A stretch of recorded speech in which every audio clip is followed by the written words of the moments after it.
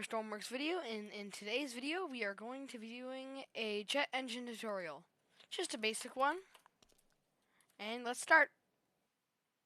So first, you are going to need an intake. So the intakes just get the air inside of the engine at a good rate. Now there are two different types of intakes. A large intake and a small intake. I'll be doing the small one in this tutorial, but the large one produces thrust itself as well. That's the main difference, except for the size. Next. Alright, so now you're going to need a compressor. Now, well, it's pretty obvious what a compressor does. It just compresses the air into the engine. Now, sometimes this doesn't happen, or other times it does, so just for this tutorial, I'm going to add two compressors. And this is because when you start the engine, after it starts the combustion process, it will increase its rotations per second and air pressure.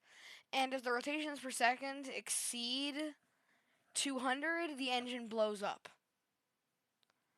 So I recommend having two compressors. And I'll just run an example later on what happens if you don't. Next, grab a combustion chamber. This takes the air and the fuel that's inputted,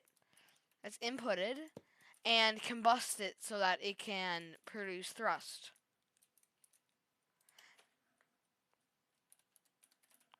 So I'm just going to grab a fluid tank. You can use custom fluid tanks and all that, but just for this tutorial, I will use a regular fluid tank.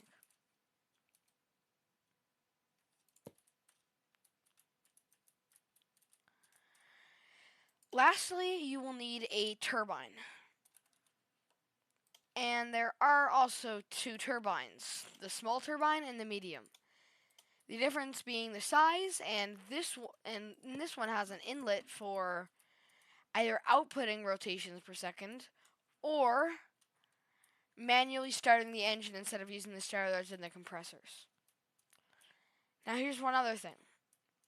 Like I mentioned earlier, with the compressors, if the rotations per second is too high within the entire jet engine, it will explode. So, my ratio between jet engines to turbines is standardly 2-to-1, but it can be modified to be a bit better. Lastly, you need something to push the output of the engine out. There are three different types: a regular jet exhaust, which is just a jet exhaust; the afterburner jet exhaust, which has afterburners and looks cooler; and then you have the jet exhaust rotating, which A is curved and B can rotate. I'll be using the afterburner for this tutorial.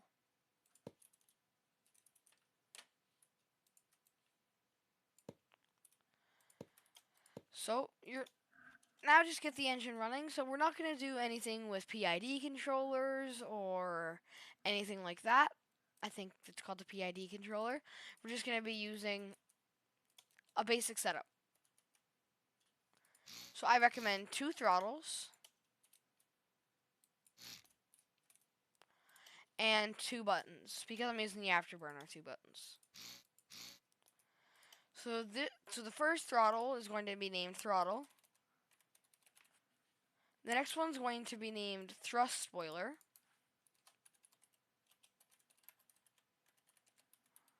I'll explain what this is in a moment. This one's going to be called afterburners.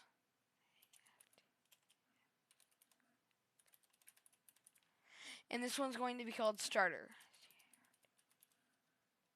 So you're going to hook up the throttle to the combustion chamber, the thrust spoiler to the thrust spoiler on your output, and afterburners hooked up to the afterburner, and starter to the compressors. Now, what the thrust spoiler does is let me re-explain this. So the thrust spoiler it's just like a throttle, except when it's at 0, all the thrust is allowed through. When it's at 1, no thrust is actually outputted. So because I don't want this to fly away, don't forget to add electricity. Because I don't want this to fly away, I'll turn up the thrust spoiler to max.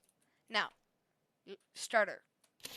You'll hear it start, and after a moment, you'll hear it combust.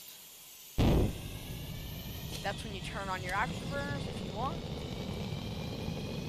and you'll hear the jet engine start. And as you can see, the RPS is going up, the temperature, and the air pressure is going up.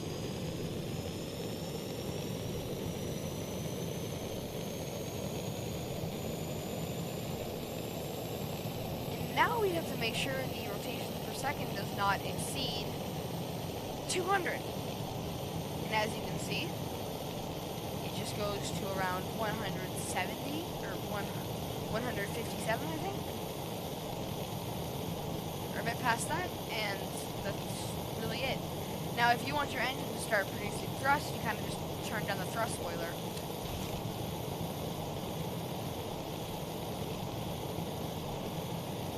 And as you can see, thrust is created. So that's really it for the tutorial, but I do want to show you what happens sometimes if you only have one turbine. Now, I don't think this always happens, but it usually happens for me.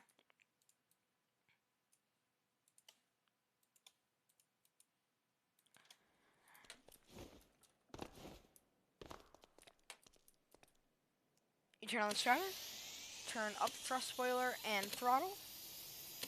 Afterburners if you want. Now watch as the RPS goes up a lot faster this time. And you'll see it exceed 200 in a moment. And it kind of blows up.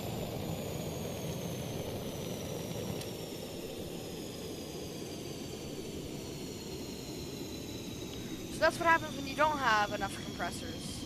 But at the same time, you don't want to have too many turbines, you don't want to have too many compressors. That's it for today's tutorial, and I will see you in the next one.